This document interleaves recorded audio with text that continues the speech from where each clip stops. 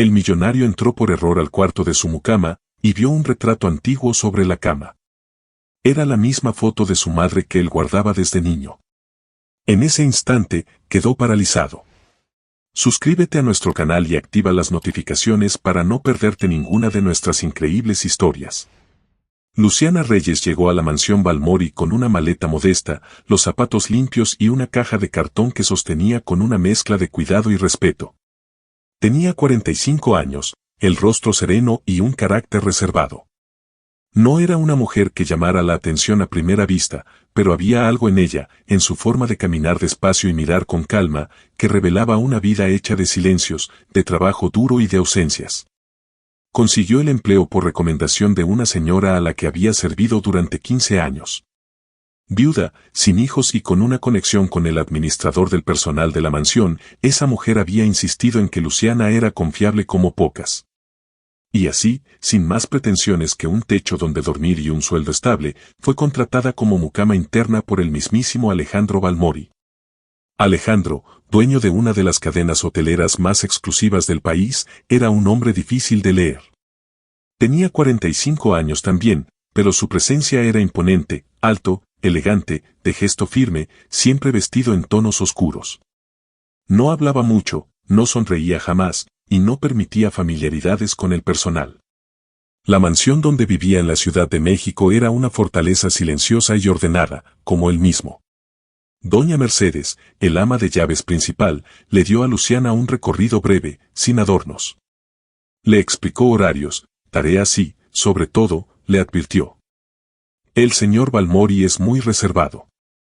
Le gusta que todo esté en su sitio y que nadie lo moleste. Usted haga su trabajo y no habrá problemas. Luciana asintió. No era la primera vez que trataba con patrones fríos, y sabía bien cómo manejarse, con respeto, puntualidad y silencio. Fue conducida a una habitación sencilla en el ala lateral, una recámara pequeña con una cama individual, un buró, una ventana y un armario viejo.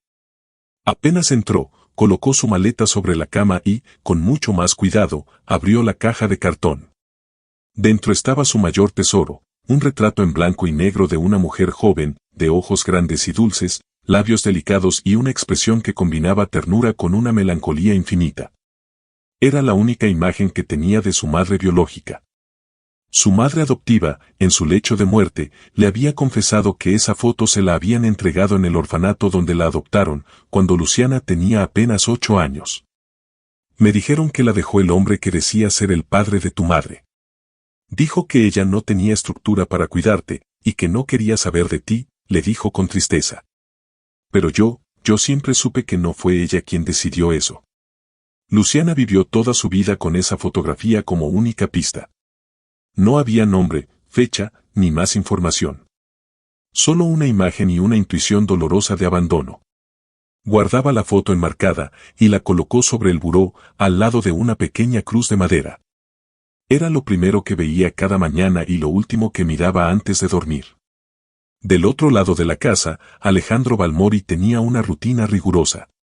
Se despertaba a las 5 de la mañana, hacía ejercicio en su gimnasio personal, leía el periódico en papel mientras tomaba su café negro y luego pasaba al estudio, donde trabajaba hasta el atardecer. Allí, detrás de una cortina de lino blanco, estaba también un retrato, el mismo. La misma mujer. La misma expresión dulce. La misma melancolía grabada en papel fotográfico antiguo. Alejandro no sabía su nombre. Su madre adoptiva le había dicho que era la única pertenencia que quedó de su madre biológica. Guárdala si quieres, pero no preguntes, le había dicho.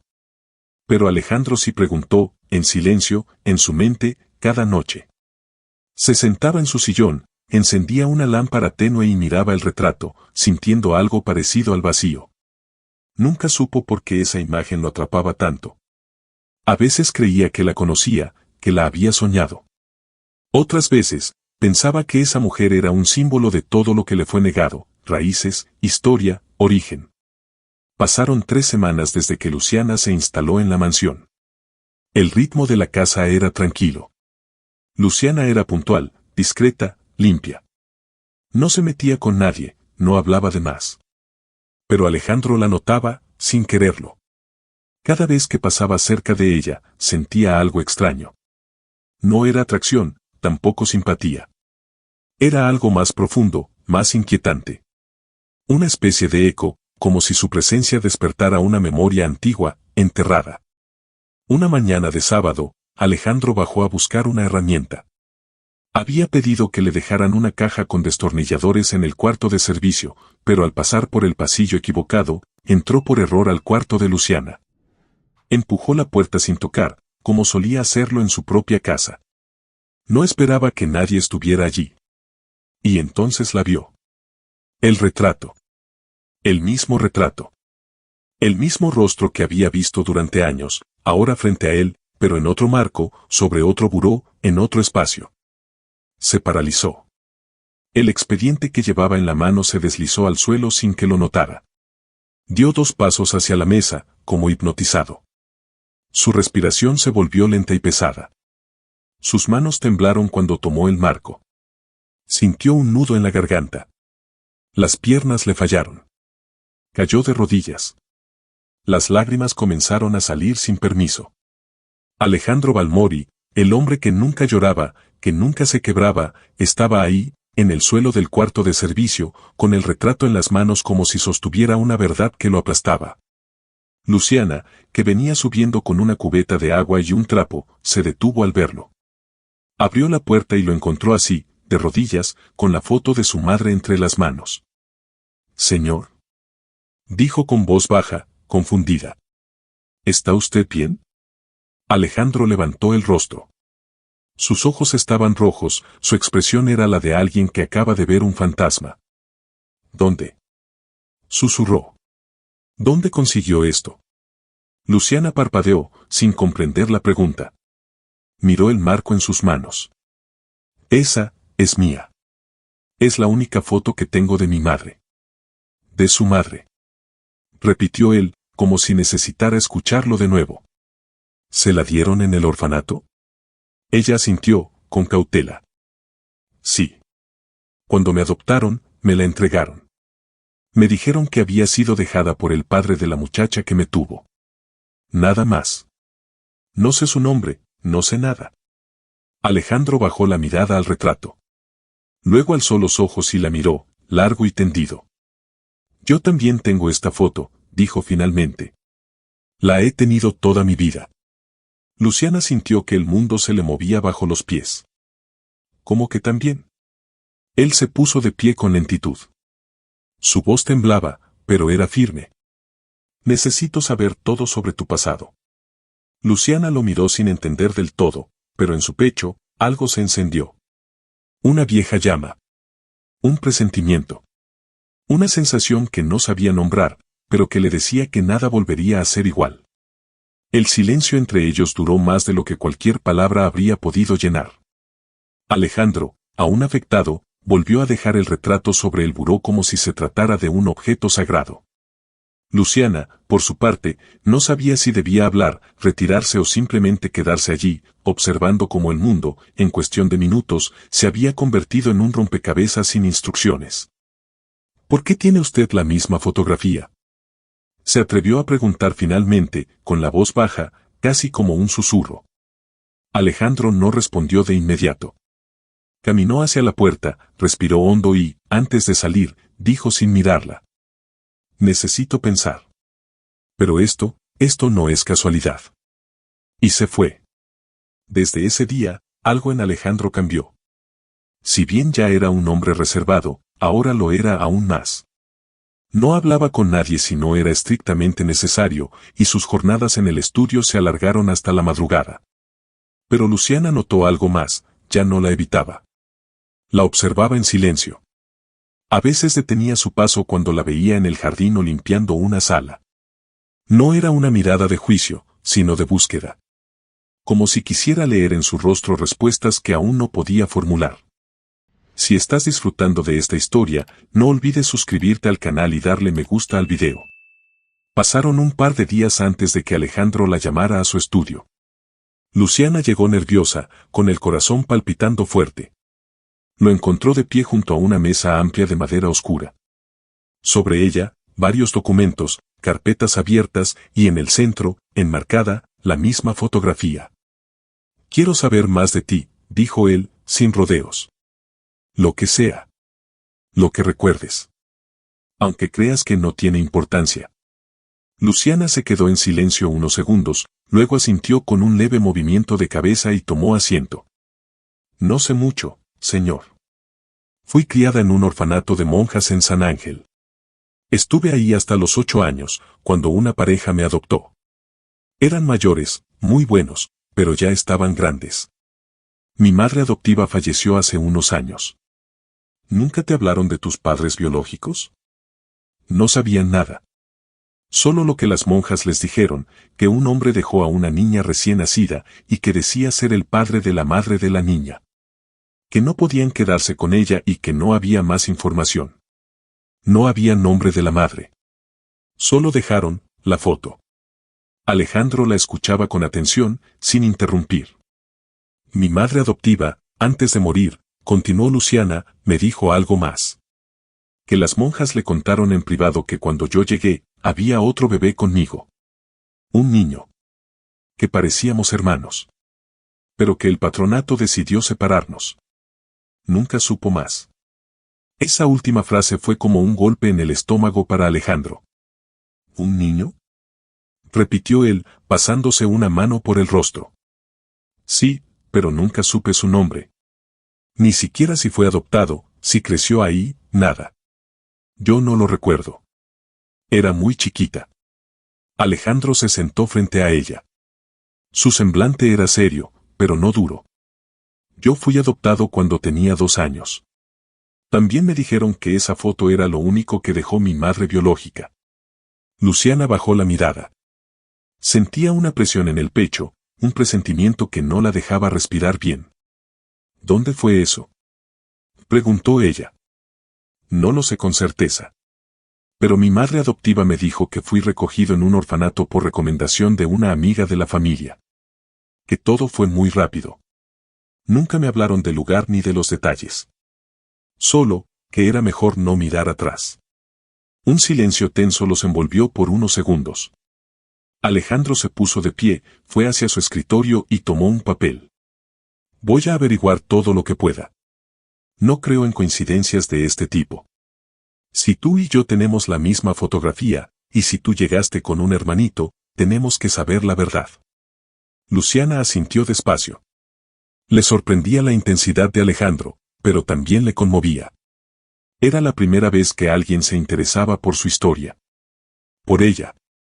Al día siguiente, Alejandro contrató a un genealogista privado. Le entregó toda la información que tenía, su nombre, año de nacimiento, la fecha aproximada de su adopción, el nombre de su madre adoptiva y, lo más importante, una copia digital del retrato. Quiero saber todo, le dijo al investigador. Adopciones, orfanatos, registros, actas. Lo que sea. Empiece por la Ciudad de México. Año 1978. Nombre de pila, Alejandro. Y busque el apellido de la madre biológica si aparece. Durante los días que siguieron, Alejandro no dejaba de pensar en Luciana. Observaba el retrato con otros ojos. Ya no era una figura lejana del pasado, un símbolo de abandono o misterio. Ahora representaba un puente. Un vínculo posible. Una vida compartida que quizá fue separada por la voluntad de otros. Luciana, por su parte, vivía entre la confusión y el temor. Había algo en Alejandro que empezaba a ablandarse. No lo veía tan frío. Sus gestos eran más humanos, su voz más pausada. A veces se cruzaban por los pasillos y él le decía buenos días, como si fuera lo más normal del mundo, pero en esa simple frase, ella sentía que algo se estaba reconstruyendo. Por las noches, Luciana comenzó a recordar cosas que creía olvidadas, el sonido de una fuente de piedra, una canción de cuna que una monja solía tararear, una mano pequeña que tomaba la suya al dormir. No eran recuerdos completos, sino fragmentos. Pedacitos sueltos de una historia que su alma parecía guardar sin saberlo. Una semana después, el genealogista volvió con noticias. Encontré registros de 2 ingresos en el mismo orfanato, dijo, mostrando las copias. Misma fecha, 11 de marzo de 1978. Dos bebés. Una niña y un niño. Ambos ingresados por don Humberto Aguirre. Mismo apellido materno, Aguirre. Sin nombre del padre. Sin contacto posterior. Alejandro sintió que el mundo se le detenía. Lo sostuvo en las manos como si el papel pudiera desintegrarse con su respiración. ¿Don Humberto Aguirre? ¿Ese es el nombre del hombre que los dejó? Sí. Está registrado como abuelo materno. En ambos casos. Misma letra. Misma firma. Esa noche, Alejandro pidió ver a Luciana en el comedor principal, algo que jamás hacía. Ella llegó nerviosa, con las manos entrelazadas frente al abdomen. Él ya estaba allí, con los documentos sobre la mesa. Luciana, dijo despacio, con la voz entrecortada. Encontré algo que tienes que ver. Le entregó las 2 actas de ingreso del orfanato. Ella las miró, leyó en silencio, y sus ojos se llenaron de lágrimas sin entender por qué. Al ver su nombre al lado de otro, al ver esa fecha, ese apellido. Fuiste ingresada el mismo día que yo, dijo Alejandro. Por la misma persona. Luciana lo miró, como si algo dentro de ella acabara de encontrar su sitio. Y entonces él dijo. Luciana, creo que tú eres mi hermana. Luciana, creo que tú eres mi hermana. La frase quedó suspendida en el aire como un eco imposible de ignorar. Luciana bajó la mirada hacia los documentos frente a ella, las actas de ingreso al orfanato, idénticas en forma, fecha y firma. Su nombre y el de Alejandro, lado a lado, unidos por una historia que ahora comenzaba a abrirse como un libro viejo y olvidado. Pero aún así, dudó. ¿Hermana? Susurró, casi para sí misma. ¿Usted está seguro? Alejandro no respondió de inmediato. Había algo en sus ojos que oscilaba entre la certeza y el miedo. Había esperado toda su vida por respuestas, y ahora que estaban ahí, tan cerca, también le asustaba lo que pudieran revelar. No estoy seguro de nada, Luciana, dijo al fin. Pero hay demasiadas coincidencias. Y, necesito saber la verdad. Luciana asintió con lentitud. Aunque algo dentro de ella quería emocionarse, se forzó a contenerlo. Había aprendido a vivir sin esperar nada. A no ilusionarse. A protegerse. La vida le había enseñado que las promesas se rompen, los lazos se olvidan y las verdades duelen más que las mentiras. ¿Y qué propone? Preguntó, cruzando las manos sobre su regazo. Una prueba de ADN, respondió él sin rodeos. Podemos hacerla los dos.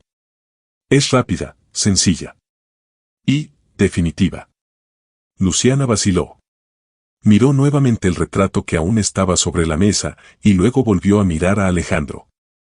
Había algo en el que no se parecía al hombre distante que conoció semanas atrás. Ahora lo veía más humano. Más vulnerable. Está bien, dijo al fin. Hagámosla. La prueba fue realizada al día siguiente por un laboratorio privado de confianza. Bastaron unas muestras de saliva y unas firmas. Todo fue tan rápido que, cuando salieron del consultorio, ninguno de los dos sabía exactamente cómo sentirse. Alejandro ofreció llevarla a casa en su coche, y aunque ella titubeó, aceptó. El trayecto fue silencioso, pero cómodo. Un silencio distinto al de los días anteriores. Esta vez no era una barrera, sino una pausa. Un espacio de espera. Durante los días siguientes, algo en la dinámica entre ambos comenzó a cambiar. Alejandro empezó a buscar conversaciones con ella. Le preguntaba cosas pequeñas, cotidianas. ¿Qué música le gustaba? Si tomaba café o té. Si tenía algún recuerdo bonito de su infancia. Luciana, al principio, respondía con monosílabos. Luego, con frases completas. Y pronto, sin darse cuenta, comenzaron a compartir más de lo que creían posible. Una tarde, mientras regaban juntos las plantas del jardín, una actividad que surgió espontáneamente, Alejandro dijo algo que la tomó por sorpresa. ¿Sabes qué es lo más irónico? Comentó, sin dejar de mirar las macetas. Llevo toda mi vida rodeado de lujos, de comodidades, pero nunca me sentí en casa. Luciana lo miró de reojo, con suavidad. A veces el hogar no tiene que ver con el lugar, sino con la gente, dijo ella. Alejandro se detuvo. La observó por un momento largo. Tú me haces sentir diferente. No sé cómo explicarlo. Luciana no respondió. Solo sonrió. Una sonrisa ligera, como quien reconoce algo que también siente, pero aún no puede poner en palabras. Mientras tanto, el investigador privado no había dejado de trabajar. Semanas atrás, Alejandro le había pedido continuar con la búsqueda de antecedentes. Quería saber más sobre sus padres biológicos, si había nombres, registros, cualquier pista. Y un día, el investigador volvió con una carpeta en la mano y el rostro serio. Encontré algo, dijo. Y, es fuerte. Alejandro lo invitó a pasar a su estudio. El hombre abrió la carpeta y sacó varios papeles antiguos, fotocopias de archivos, cartas y un expediente del orfanato. Los gemelos fueron separados por orden directa de un familiar. Un hombre llamado don Humberto Aguirre. Al parecer, era el padre de la madre biológica. Una muchacha llamada Beatriz Aguirre. El nombre golpeó como un rayo a Alejandro. Nunca lo había oído antes. Beatriz. Su madre tenía nombre. Era muy joven, continuó el investigador. 19 años al momento del parto. Dio a luz en un hospital privado y, según el informe médico, insistió en quedarse con los bebés, pero su padre la obligó a entregarlos. Ella falleció 2 años después. No hay muchas más referencias, pero parece que murió de depresión. Alejandro no pudo hablar por varios minutos. Pasó las hojas una a una, como si tocarlas le diera sentido a la historia que hasta ahora solo había sido un agujero en su alma. ¿Y las cartas?, preguntó. Son copias. Cartas que ella dejó en el orfanato. Las encontraron en los archivos, sin destinatario claro. Estaban guardadas bajo llave. Habla de sus hijos. Les escribe como si pudiera verlos. Dice que los ama, que no fue su decisión dejarlos, que espera que algún día puedan perdonarla. Alejandro cerró los ojos. Sostuvo el documento contra su pecho y respiró hondo. Sentía rabia, tristeza, alivio. Todo al mismo tiempo. ¿Se lo digo a Luciana?, preguntó, casi en un susurro. El investigador lo miró con respeto. Espere los resultados del ADN. Entonces será más fácil, más real. 5 días después, llegó el sobresellado del laboratorio. Alejandro lo recibió con las manos sudorosas. No lo abrió de inmediato. Lo sostuvo entre las manos durante varios minutos, como si necesitara valor para enfrentar lo que siempre había querido saber. Esa tarde, pidió ver a Luciana. La citó en el salón principal.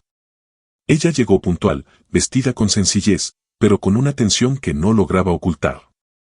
¿Ya están los resultados?, preguntó, sin rodeos. Alejandro asintió. Tenía el sobre en la mano. Lo abrió con lentitud, con cuidado. Sacó el documento, lo leyó en silencio y luego levantó la vista. Luciana, dijo, con los ojos humedecidos. La prueba confirma lo que ya sabíamos en el corazón. Se acercó y le mostró el papel. 99.9% de coincidencia genética. Parentesco, hermanos gemelos. Luciana se quedó quieta. Lo miró. Miró el documento. Y sin decir una palabra, sus piernas comenzaron a temblar. Alejandro se acercó, despacio. Abrió los brazos. Ella, después de un segundo de duda, se dejó abrazar. Se abrazaron por primera vez. Largos segundos. Silencio total. Era un abrazo sin palabras. Un reencuentro de 2 vidas que se habían buscado sin saberlo. No había necesidad de explicaciones. El retrato que los unía ya no era solo un recuerdo, era el testigo de una historia compartida que, por fin, comenzaba a sanar. La mañana en que decidieron hacer el viaje, el cielo amaneció gris. No llovía, pero las nubes cubrían el horizonte con una quietud extraña, como si el clima también supiera que aquel día no era uno cualquiera. Alejandro, al volante, conducía en silencio. Luciana, sentada a su lado, miraba por la ventana con los pensamientos revueltos. No habían dicho mucho desde que acordaron visitar el antiguo orfanato donde habían sido dejados. Había algo sagrado en esa decisión. Como si atravesar las puertas del pasado les exigiera un tipo de respeto que las palabras no podían cumplir. El lugar estaba en un pequeño pueblo a las afueras de la Ciudad de México. El orfanato, que había cerrado hacía años, ahora era un asilo de ancianos administrado por las mismas religiosas que alguna vez cuidaron niños. Al llegar, el edificio les pareció más pequeño de lo que habían imaginado, pero igual de imponente por la carga emocional que proyectaba. Las paredes de piedra, el portón de hierro, el jardín al frente con su fuente de piedra cubierta de musgo. Todo estaba quieto, como si el tiempo hubiese hecho una pausa ahí dentro. Una hermana joven los recibió con cortesía. Habían hecho una cita previa por teléfono, explicando que buscaban información sobre su historia familiar. La hermana los condujo hasta una salita sencilla donde los esperaba una mujer mayor, de ojos claros y voz temblorosa, Sor Catalina. Gracias por venir, dijo ella con una sonrisa cálida. No saben cuántos años he esperado que alguien viniera a preguntar por Beatriz. El nombre, escuchado en voz alta, les removió algo en el pecho a ambos. Alejandro se sentó despacio. Luciana apretó los labios para no llorar de inmediato. ¿La conoció?, preguntó Luciana, con un hilo de voz. Sor Catalina asintió con un gesto sereno. Yo era novicia cuando ella llegó aquí. Una niña de 19 años, delgada como una vara y con los ojos más tristes que he visto en mi vida. Había dado a luz a 2 bebés, y su padre era un hombre poderoso, de esos que no aceptan un no por respuesta.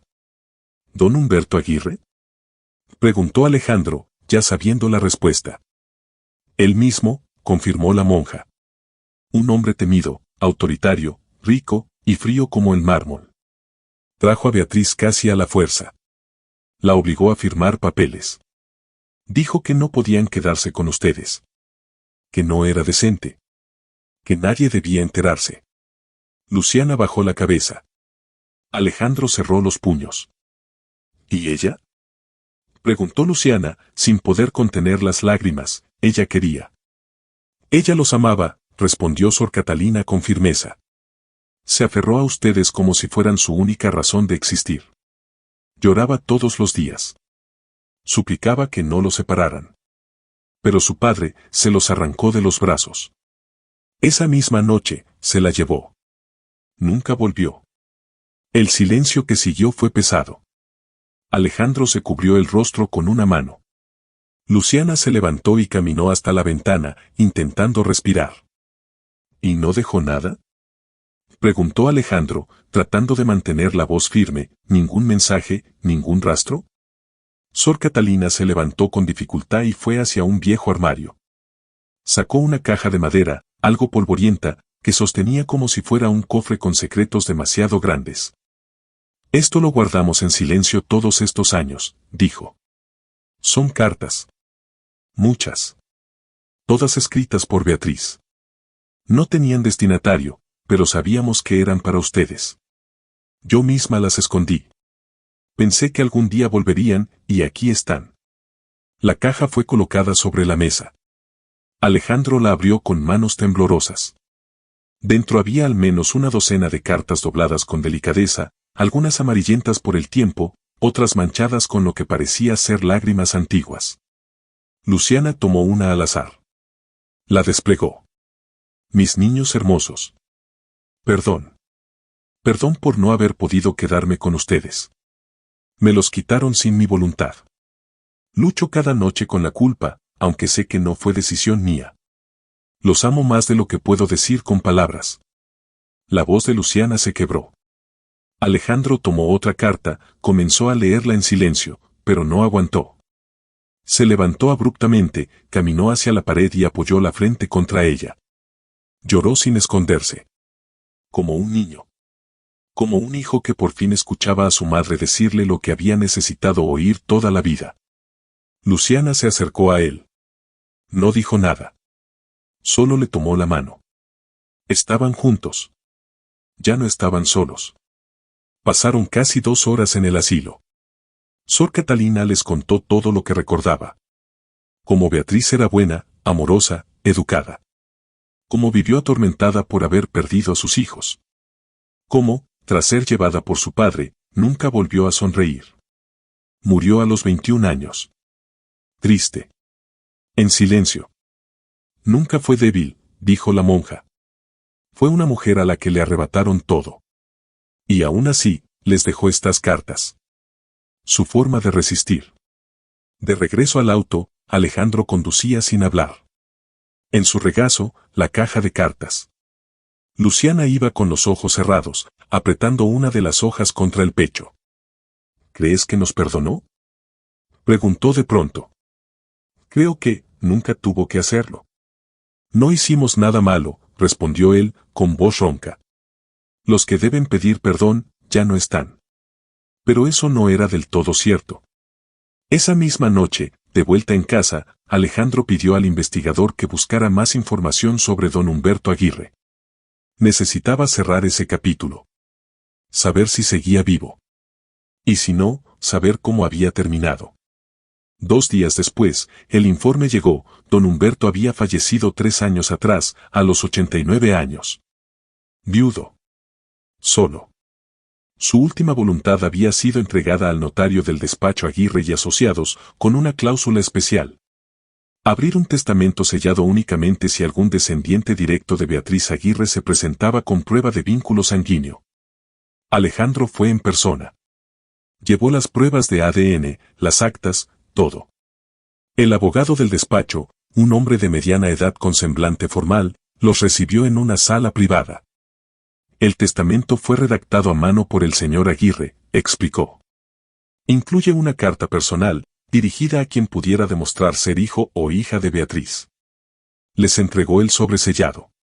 Alejandro lo abrió despacio. Dentro había una carta escrita con tinta negra, la letra firme pero algo temblorosa. Si estás leyendo esto, es porque eres sangre de mi sangre. Quiero decirte algo que me atormentó hasta el último día de mi vida, separé a los hijos de mi hija por cobardía. Lo hice por vergüenza. Por el que dirán. Porque no soportaba que mi hija, mi única hija, hubiese cometido el error de amar y traer al mundo 2 criaturas fuera del matrimonio. No lo hice por maldad, aunque eso no me absuelve. Lo hice por miedo. Y ese miedo me convirtió en un monstruo. Les robé la oportunidad de crecer juntos. Le robé a Beatriz el derecho de ser madre. Y aunque intenté justificarlo ante mí mismo, sé que fallé. Lo único que me queda es esta confesión. Lo hice por cobardía, y ahora solo me queda pedir perdón desde donde esté. Alejandro dobló la carta con las manos heladas. Luciana no lloró esta vez. Solo lo miró, con los ojos llenos de dignidad y algo de compasión. El dolor estaba ahí, sí. Pero también la verdad. La verdad, por fin, estaba completa. La carta de don Humberto quedó sobre la mesa, doblada con cuidado, como una reliquia amarga que nadie deseaba conservar, pero tampoco deseaba destruir. Alejandro y Luciana se quedaron en silencio, sentados uno frente al otro, con el peso de décadas encima. El perdón, si bien no era fácil, comenzaba a tomar forma en la aceptación. El abogado del despacho, aún presente, tosió suavemente para interrumpir el momento. Además de la carta, el señor Aguirre dejó un testamento legalmente válido. En él estipula que todos sus bienes restantes, inmuebles, cuentas bancarias y obras de arte, deben pasar a los descendientes legítimos de Beatriz Aguirre, en caso de que algún día se presentaran. Luciana alzó la mirada, sorprendida. Alejandro se mantuvo en calma, aunque su mente ya comenzaba a calcular lo que eso significaba. ¿Cuánto es eso exactamente?, preguntó él, sin emoción. Una fortuna modesta comparada con sus años de mayor poder, pero significativa. Hay una casa grande en Cuernavaca, 2 departamentos en la capital, una colección de arte valuada en más de 20 millones de pesos y un fondo bancario que ha generado intereses durante años. Luciana bajó la vista de inmediato. Sintió un nudo en la garganta. Yo, no quiero nada de eso, dijo con firmeza. Ese dinero no cambia lo que pasó. No me devuelve a mi madre. No me devuelve a los años que pasé sola. No me interesa. Alejandro la miró, entendiendo. Él tampoco pensaba en riqueza. No en ese momento. Pero su mirada tenía otra intención. No se trata de quererlo, dijo, despacio. Se trata de que nos pertenece. No por derecho legal, sino por justicia. Esa herencia debió ser para nuestra madre. Para los hijos que le arrebataron. Para reparar, aunque sea un poco, el daño que se hizo. Luciana guardó silencio. Alejandro respiró profundo. No quiero ese dinero para comprar casas ni autos. Quiero usarlo para algo que tenga sentido. Algo que ella hubiera querido. Fue entonces cuando Alejandro propuso la idea, una fundación. Un lugar que llevara el nombre de su madre, Beatriz, y que ofreciera ayuda real a niños huérfanos, mujeres embarazadas en situación de abandono, y familias separadas por la vida o la crueldad del sistema. Luciana se quedó en silencio unos segundos. No esperaba esa propuesta. Pero en su pecho, algo se conmovió. Fundación Beatriz. Sí. En su memoria. Para que su nombre no desaparezca en el olvido. Para que su historia tenga un propósito. Los ojos de Luciana se llenaron de lágrimas, esta vez no por tristeza, sino por una sensación nueva, pertenencia. Yo te ayudo. Vamos a hacerlo juntos, dijo, con una voz cargada de decisión. Los trámites legales no fueron complicados. Con las pruebas de ADN, las actas del orfanato y el testamento original, el juez de familia ratificó a Luciana y Alejandro como herederos legítimos de Beatriz Aguirre. En pocas semanas, los activos fueron transferidos a una cuenta conjunta destinada exclusivamente al proyecto de la fundación. Alejandro contrató un equipo de abogados y contadores para manejar los aspectos técnicos, pero reservó para sí y para Luciana el diseño completo del proyecto. Querían que la Fundación Beatriz fuera más que un edificio con un nombre. Querían que fuera un hogar temporal, un refugio, una oportunidad para quienes, como ellos, habían sido separados de sus raíces. Luciana, mientras tanto, había presentado su renuncia formal como mucama. La entregó con una carta manuscrita a doña Mercedes, quien la abrazó con lágrimas en los ojos. Usted siempre fue más que una trabajadora, niña Luciana. Y ahora sé que el destino la trajo aquí por una razón. Alejandro, por su parte, no dejó que Luciana se fuera. Le ofreció vivir en el ala principal de la casa, en una habitación amplia, luminosa, con vista al jardín. Ella dudó al principio, pero aceptó. Ya no era una empleada. Era su hermana. La convivencia fue suave, casi natural. Alejandro, acostumbrado a la soledad, descubría en la presencia de Luciana una calidez que no había tenido en toda su vida. Ella, por su parte, se sorprendía al ver cómo el hombre rígido y silencioso se transformaba en alguien atento, protector, incluso divertido en los momentos justos. Compartían desayunos simples, conversaciones nocturnas y poco a poco, una cotidianidad que se volvía hogar. Luciana se convirtió en la coordinadora del proyecto y aunque no tenía experiencia formal, su sensibilidad y orden fueron claves para dar forma a todo. Seleccionaron una antigua casona en Coyoacán para ser el centro de operaciones. Remodelaron espacios, habilitaron dormitorios, consultorios psicológicos, una sala de juegos, un área de capacitación para mujeres. En cada rincón, colgaron fotos de Beatriz, la imagen que ambos habían guardado durante toda la vida. Ahora, en lugar de estar oculta, la mostraban con orgullo. Una de las paredes principales tenía una placa que decía: Fundación Beatriz, porque ningún niño debería crecer separado del amor. Luciana, el día que instalaron el letrero, se quedó parada frente a él varios minutos. El viento movía su blusa, el sol caía con suavidad sobre sus hombros, y los recuerdos de la niña que había sido se mezclaban con el presente de la mujer que ahora sabía quién era, de dónde venía, y hacia dónde iba. ¿Sabes?, dijo Alejandro, acercándose por detrás. Ella estaría orgullosa de ti. Luciana sonrió, con la vista clavada en el letrero. Yo creo que, por fin podemos darle paz. Durante las siguientes semanas, el proyecto fue tomando forma completa. Alejandro gestionó convenios con instituciones médicas y legales. Luciana entrevistó a trabajadoras sociales, organizó talleres, decoró habitaciones. El lugar se llenó de vida antes de abrir sus puertas oficialmente. Colores cálidos, paredes decoradas con mensajes de amor, camas bien hechas, y una biblioteca con cuentos infantiles y libros de maternidad. Luciana, por primera vez en su vida, tenía una oficina propia. Una pequeña sala con escritorio, una ventana con plantas y una fotografía de Beatriz sobre el librero. Una tarde, mientras revisaba carpetas, Alejandro entró con 2 tazas de café. ¿Puedo pasar, licenciada?, bromeó. Claro, pase, respondió ella entre risas. Se sentaron en el pequeño sofá de la sala y brindaron con las tazas de cerámica. Nunca pensé que terminaría aquí, contigo, dijo Alejandro. Nunca imaginé tener una familia de verdad. Luciana lo miró con ternura.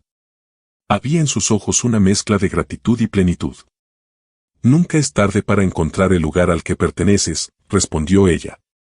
Ambos bebieron en silencio. En la calle, los niños del vecindario corrían, jugaban, reían. Y desde la entrada del edificio, colgado con orgullo, el letrero dorado brillaba con el sol de la tarde. Fundación Beatriz. Porque el amor, aunque tarde, siempre encuentra el camino. La mañana de la inauguración amaneció cálida y clara, como si incluso el cielo supiera que ese día era especial. Desde temprano, el edificio de la Fundación Beatriz vibraba con una energía distinta. Voluntarios decoraban el patio con flores blancas y globos color pastel, mesas llenas de dulces típicos y jugos naturales se acomodaban bajo toldos, y una banda de cuerdas ensayaba discretamente en una esquina. Luciana estaba nerviosa. Por primera vez en su vida, su nombre figuraba en el programa de un evento público. Su vestido era sencillo pero elegante, color lavanda, con una pequeña rosa prendida en el pecho. En su cuello, un relicario con la foto de su madre, el mismo retrato en blanco y negro que alguna vez estuvo oculto junto a su cama, ahora colgando con orgullo sobre su corazón. Alejandro llegó unos minutos después, impecable en su traje gris oscuro, con una corbata azul sobria y el cabello perfectamente peinado. Pero en sus ojos había algo nuevo, serenidad. Había dejado atrás el empresario frío y solitario. En su lugar, había un hombre completo, con una historia que por fin tenía sentido. Los invitados comenzaron a llegar poco antes del mediodía. Representantes de casas hogar, trabajadoras sociales, médicos voluntarios, familias adoptivas y benefactores que habían conocido el proyecto por la prensa o el boca en boca. Y también niños. Muchos niños. Algunos tomaban de la mano a mujeres jóvenes embarazadas, otras venían con sus padres adoptivos, y otros simplemente corrían por el patio con risas que llenaban cada rincón. La emoción se sentía en el aire como una marea suave. Todos sabían que aquello no era solo la inauguración de una institución. Era la apertura de un legado. Cuando llegó el momento del acto principal, Alejandro tomó el micrófono. Subió al pequeño escenario improvisado en el patio central, con una expresión contenida, y esperó a que el murmullo del público se apagara. Buenas tardes a todos, comenzó, con voz firme. Mi nombre es Alejandro Balmori. Durante años me presenté como empresario, como líder de proyectos, como alguien exitoso, pero vacío. Y no lo sabía. Pensaba que lo tenía todo. Hasta que encontré una fotografía. Y detrás de esa imagen, descubrí mi historia. Descubrí a mi madre. Y descubrí a mi hermana. Se giró levemente hacia Luciana, que estaba sentada en primera fila, con los ojos humedecidos. Toda mi vida busqué reconocimiento, éxito, poder. Pero encontré algo más valioso, a mi hermana.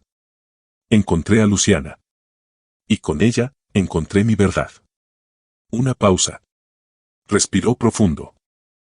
Esta fundación lleva el nombre de una mujer valiente, que fue silenciada por la vergüenza de otros. Que nos amó, incluso sin poder criarnos.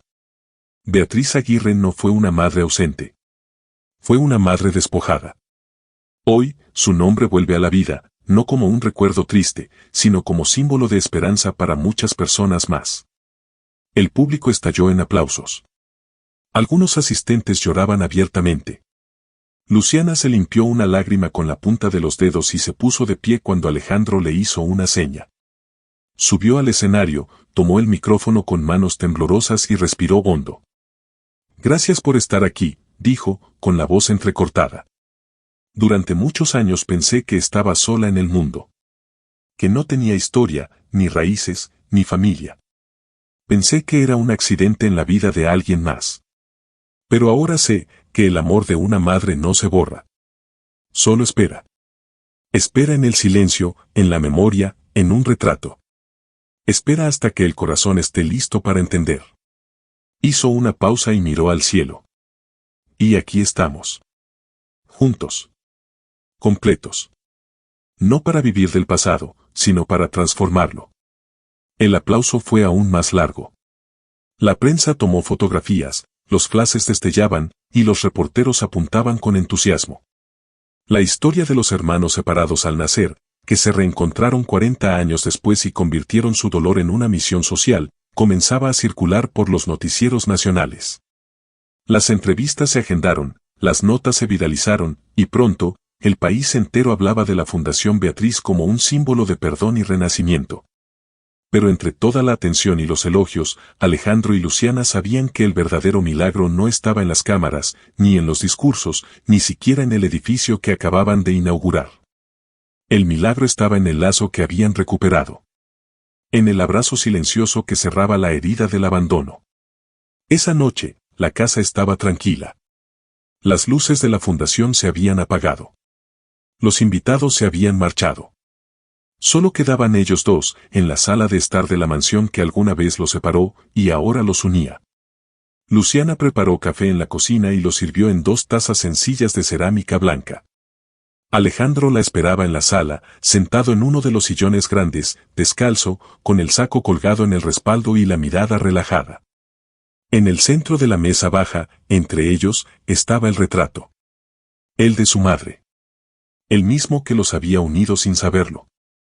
El mismo que ambos habían guardado durante décadas, creyendo que era un símbolo de soledad, sin saber que en realidad era un puente. Luciana se acomodó en el sofá frente a él, y por un momento, solo bebieron en silencio. ¿Sabes?, dijo Alejandro al fin, con una media sonrisa. Si alguien me hubiera dicho hace un año que terminaría viviendo con una hermana que no sabía que tenía, y dirigiendo una fundación con su nombre, lo habría llamado loco. Luciana rió por lo bajo. ¿Y si me hubieran dicho que el señor Balmori me iba a invitar a vivir a su casa y llamarme familia, habría salido corriendo de susto? Ambos rieron. Una risa suave, honesta, liberadora. Alejandro apoyó la taza sobre la mesa. Miró el retrato. A veces siento que ella nos esperó. Que supo que esto iba a pasar, y que nos cuidó desde donde pudo. Luciana lo miró con ternura. Luego tomó su taza con ambas manos y respondió. Yo también lo siento. Y creo que por fin, está en paz. Hubo un silencio breve, pero no incómodo. La casa ya no era fría. Ya no era una jaula. Era un hogar. Alejandro se inclinó hacia adelante, tomó la mano de Luciana entre las suyas, y le dijo con una voz firme, pero llena de emoción. Prometo que nunca más estaremos separados. Luciana asintió. No necesitaba decir nada más. Porque ya no había ausencias. Solo abrazo. Hay heridas que no se ven, pero laten. Como el abandono, la soledad o la pregunta sin respuesta que uno arrastra desde la infancia. Esta historia nos recuerda que el tiempo no borra lo que se hizo con amor, solo lo guarda, esperando el momento de ser encontrado. Luciana y Alejandro fueron 2 mitades incompletas, extraviadas en mundos opuestos, ella en la humildad del trabajo silencioso, él en la cima del poder sin calor humano. Y sin embargo, bastó una fotografía, un gesto mínimo de una madre silenciada, para reconectarlos con su verdad, con su historia, con el amor que nunca los dejó. El reencuentro no solo fue un acto de sangre, sino de sanación. Porque cuando la verdad sale a la luz y se recibe con compasión, puede transformar la culpa en perdón, el pasado en propósito y el dolor en misión. Hoy, la Fundación Beatriz no es solo un edificio. Es el símbolo de todo lo que pudo haberse perdido, pero fue recuperado. Es la voz de una madre que nunca se rindió. Es el abrazo de 2 hermanos que se eligieron después de haberse sido negados. Y sobre todo, es una prueba de que el amor, aunque lo entierren, lo oculten o lo separen, siempre encuentra el camino de regreso. Muchas gracias por acompañarnos hasta el final de esta historia y por ser parte de nuestra comunidad. No olvides de suscribirte al canal y darle me gusta al video. Hasta luego.